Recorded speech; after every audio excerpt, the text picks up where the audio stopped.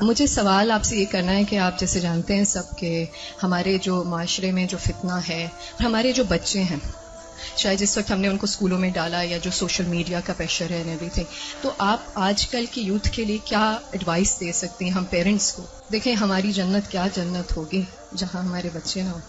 بہت مشکل ہے کیونکہ آپ دیکھ رہے ہیں ہر طرف سے media is playing such an important and such a difficult role کہ ہم پیرنٹس کے لیے اس چیز کو سنبھالنا بہت مشکل ہو گیا ہے اینڈ آل آف دیٹ. اور میں ایک واٹس ایپ پہ میسج مجھے ملا کہ what will happen to my children when I die, but سوچنے والی بات یہ ہے کہ what will happen to my children when they ڈائی.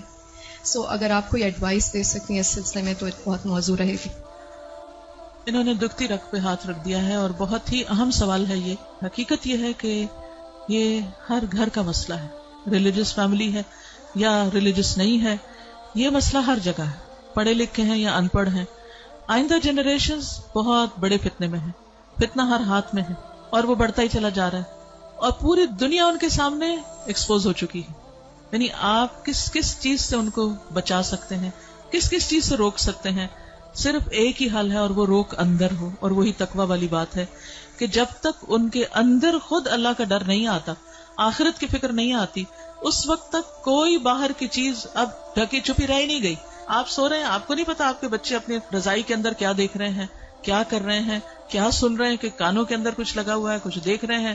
اور پہلے تو کہیں کسی خالی جگہ پہ جا کے چھپنے کی ضرورت تھی، تو اب تو گھر کے اندر بھی ہر جگہ چھپنے کی جگہ ہے، کیونکہ جس اسکرین پر وہ سب کچھ دیکھ رہے ہیں وہ ان کے ہاتھوں کے اندر آ چکی. اس کے لیے جو پرسنل میرا ایکسپیرینس ہے وہ دو چیزیں. ایک تو یہ کہ ہم اسکولوں سے تو جو اسکول ہیں انہی میں ہی جائیں گے، اور جو باہر معاشرہ ہے اور جو کچھ ہو رہا ہے وہ سب وہ کریں گے، اس سے کاٹ تو نہیں سکتے. میں نے سب سے زیادہ جو دعائیں مانگی ہیں، رو رو کے مانگی ہیں، سجدوں میں پڑھ پڑھ کے مانگی ہیں، وہ اسی کے لیے مانگی ہے کہ اللہ میرے بچوں کو ایمان دے. یہ صرف پچھلے 5 سال میں جتنی چینجز آئی ہیں وہ اس سے پہلے شاید کئی 100 سال میں نہیں آئی تھی. اور پھر دوسرا کیا کیا، یعنی اللہ تعالیٰ سے خود ہی مانگا. دوسرا یہ کہ ہر تھوڑے عرصے کے بعد عمرہ، اللہ کے گھر چلو، کیونکہ اللہ کے گھر کا جو جلال ہے، اور اللہ تعالیٰ اگر انسان کو کہیں سب سے زیادہ محسوس ہو سکتے ہیں تو وہ بہت جگہ ہے. یعنی ہمارے ملک میں، ہمارے گھروں میں، ہمارے ماحول میں وہ فیلنگ نہیں آتی جو وہاں جا کر آتی.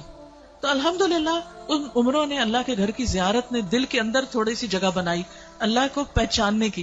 کیونکہ جب تک اللہ کو بچے پہچانتے نہیں، اس کی عظمت کو محسوس نہیں کرتے، وہ اللہ سے ڈر نہیں سکتے، تو وہ تقویٰ نہیں آتا دل میں.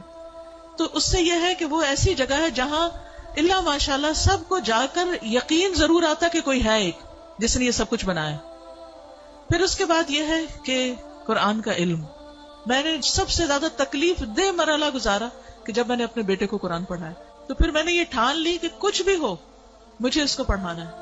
وہ ایج ایسی تھی کہ جس میں کچھ نہ کچھ وہ سننے کے قابل تھا، ورنہ وہ ایج بھی گزر جاتی ہے تو پھر بچے وہ اتنا بھی نہیں سنتے. اور میں نے اپنی ساری مصروفیات کو سیکنڈری کر کے، حالانکہ میں انتہا درجے کی مصروف، گھر کی بھی ذمہ داریاں، باہر کی بھی، لیکن میں نے اس کو اپنی پرائرٹی نمبر 1 سمجھا کہ یہی بات جنہوں نے کی ہے کہ جب وہ مر جائیں گے تو پھر ان کا کیا بنے گا.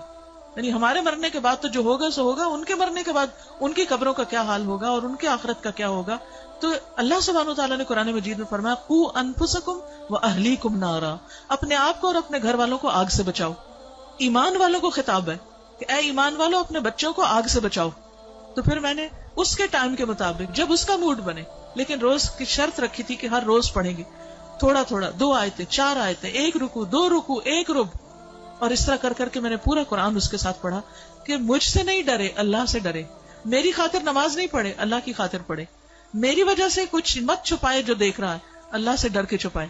تو یہ کسی حد تک فائدہ مند ہوا. یہی ماؤں سے کہوں گی کہ ساری مصروفیات اپنی جگہ ہیں، لیکن بچے آپ کی پرائرٹی نمبر 1 ہونے چاہیے. ان کے لیے کھپ جائیں دعائیں مانگ مانگ کے بھی، اور اس کے ساتھ ساتھ ایک دفعہ کم از کم قرآن سے ضرور گزر جائیں. کیونکہ جب وہ قرآن سے گزر جائیں گے پھر ایٹ لیسٹ آپ کی رسپانسبلٹی نہیں رہے گی. اللہ ان کی سب خیر کرے، لیکن اگر خدا نہ خواستہ ان کے اندر کوئی بگاڑ آتا تو آپ کی پکڑ نہیں ہوگی. لیکن اگر آپ نے کوشش نہیں کی، محنت نہیں کی، تو آپ کی بھی ساتھ پکڑ ہے. صرف آپ کی نمازیں پھر کام نہیں آئیں گی. تو اس لیے ہم میں سے ہر ماں کو سنجیدہ ہونے کی ضرورت ہے. چاہے رونا پڑے، محنتیں کرنی پڑے، بھوک کاٹنی پڑے، کچھ کرنا پڑے، لیکن پکڑ کے بیٹھے، خود بیٹھے. یہ مولویوں پہ نہ چھوڑیں کہ کوئی اور آ کے لیکچر دے گا تو وہ سن لیں گے، اس کو بتا دیں گے، ابا کو بتا دیا، چچا کو بتا دیا، اس کو ماموں کو بتا دیا. ٹھیک ہے وہ بھی کچھ ہیلپ کرتے ہیں، لیکن سب سے زیادہ آپ کو خود کرنا، اور اس کے لیے آپ کو خود پڑھنا ہوگا، اس کے لیے آپ کو خود سیکھنا ہوگا. خود سیکھنا شروع کریں اور اپنے بچے کے ساتھ بیٹھ کر خود. پھر یہ کہ بعض اوقات بچے ہم سے سننا نہیں چاہتے، آپ ان سے کہیں آپ ہمیں پڑھ کے سنائیں. بس اس بات کا اگر یقین ہے ان کو کہ یہ قرآن اللہ کی کتاب ہے، تو پھر ان کے اندر یہ ڈالنے کی ضرورت ہے کہ اللہ تعالیٰ نے کیا فرمایا ہے، وہ آپ کو بھی پتا ہونا چاہیے اور وہ ان کو بھی پتا ہونا چاہیے. اللہ تعالیٰ ہماری مدد فرمائے.